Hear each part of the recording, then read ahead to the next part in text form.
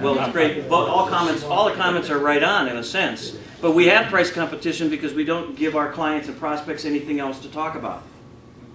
We end up talking so much the same way as our competition in our market, we can't help but groupthink.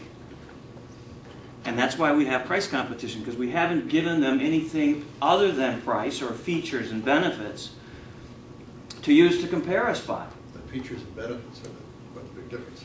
That's what gives you a good niche. Can we keep that thought? So to the notion of no price competition, it is really about creating your uniqueness and selling then on value, right? Just to sell on value. And the neat thing about selling on value is that there's a rule around how purchase decisions are made. And I think this is my next slide, so I don't want to give it away right away. Yeah, here we go. So what drives the purchase decision?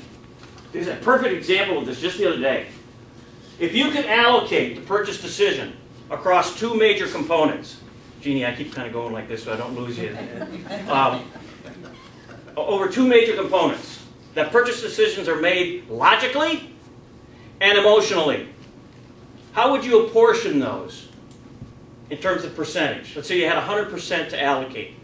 How would you apportion those across emotion versus logic? Give me a guess. 70. More on emotion. More on emotion? How much? 70. 7% emotion? That's pretty good. Study after study has shown that as much as 80% of the purchase decision is emotion.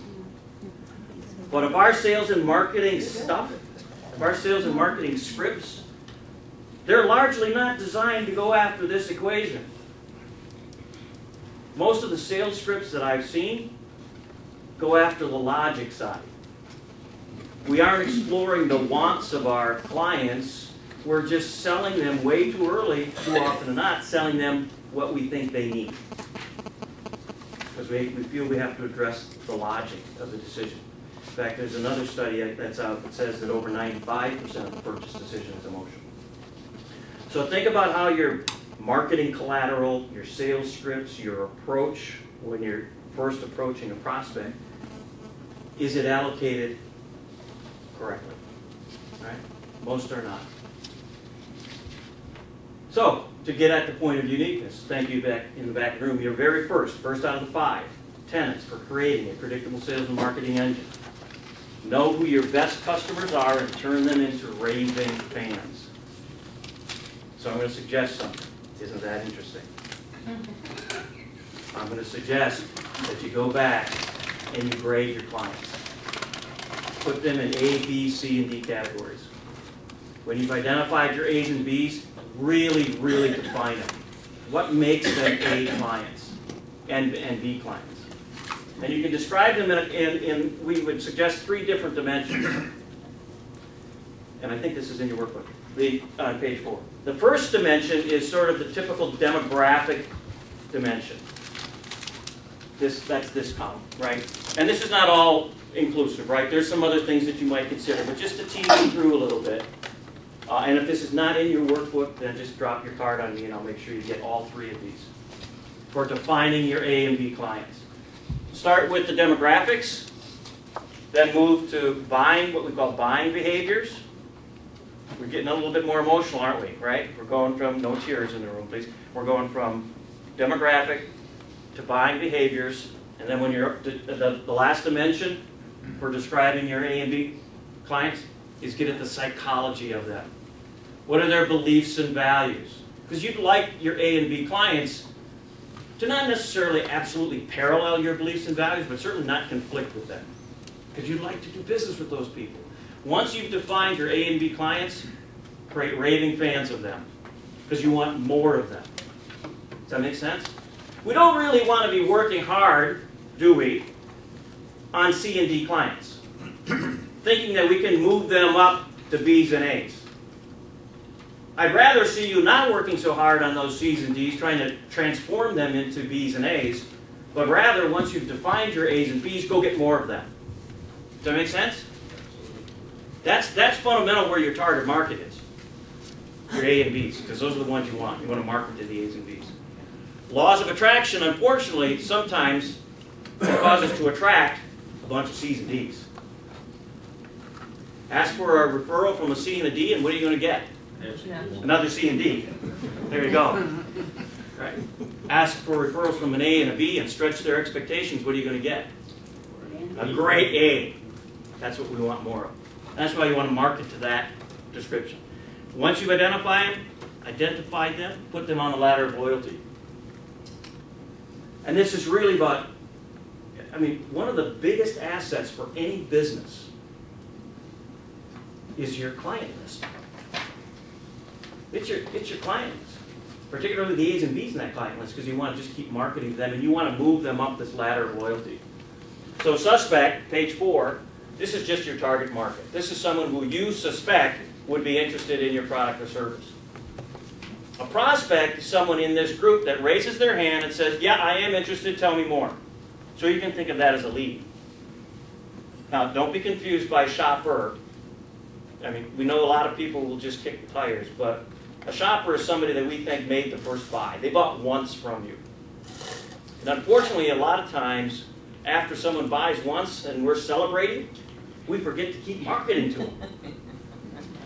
We forget to keep moving them up the ladder, don't we? I do, or did. So take them from shopper, which is the one-off transaction, right? Understand if you think they're A's and B's, and then start moving them up the ladder of loyalty. A customer is someone who's growing accustomed to buying from you. We created that little thing. Custom? Okay, that can go over. Anyway, from customer, then you want to make them members. Right? Did you get it back in? Right? Make them members. Okay? So what was some of the first businesses that started to make members of clients?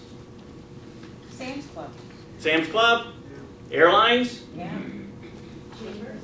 What's that? Chambers. Chambers? Frequent users. That's it, right? You want them to keep coming back. There's so much leverage in moving shoppers to customers to members because guess what? They already know you. You don't have to spend a bunch of money marketing to them again or for new. And then you take it from member and you can just see how this goes. You can have a variety of strategies that just keeps growing your affiliation with that client until you get them to raving fan where they're actually walking, talking billboards for you in the marketplace. But that doesn't happen just automatically. We have to have strategies, right, and actions and appreciation exercises to move clients up this ladder. But don't spend a bunch of money moving C's and D's up this ladder. Because, by the way, they really don't want to go. And it's too expensive. Right? They just really, really don't want to go. Okay. Now, to be unique, you need to have that unique selling proposition. Page 5. So what is your USP? Right? Is it in fact unique, or can competitors say it? If competitors can say it, it's really not unique. So a successful USP, well, no magic here, must truly be unique. We'll show you in a second how it needs to be unique, but then also to the next point, it needs to be relevant. It needs to be exciting to your target market. Show you how that works. Something that will get people to talk. So, yeah, it should be snappy. It shouldn't be the Gettysburg Address, right? And it should be memorable, therefore repeatable. Does that make sense? So, and then the last principle for creating that unique selling proposition is it should be something that can't be easily copied. If it is copied by another person or another company, right, they will be viewed simply as second, as a copycat.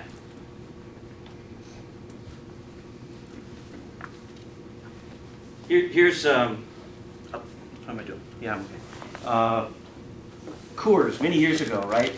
They had this real handsome guy walking around on the mountain following a stream, and he had the Marlboro coat on, and he's talking about Coors beer and how they're different. And he says, we're different because we cold brew our beer. Everybody thought, wow, I'm going to go try me some Coors. Well, guess what? Everybody cold brews their beer. They were just the first to say it. So it doesn't actually have to be so unique. It just has to be said. You just need to be the first to say it. Because the next guy who came out and said, well, we cold brew our beer too, are just viewed as copycats. Oh, really? When?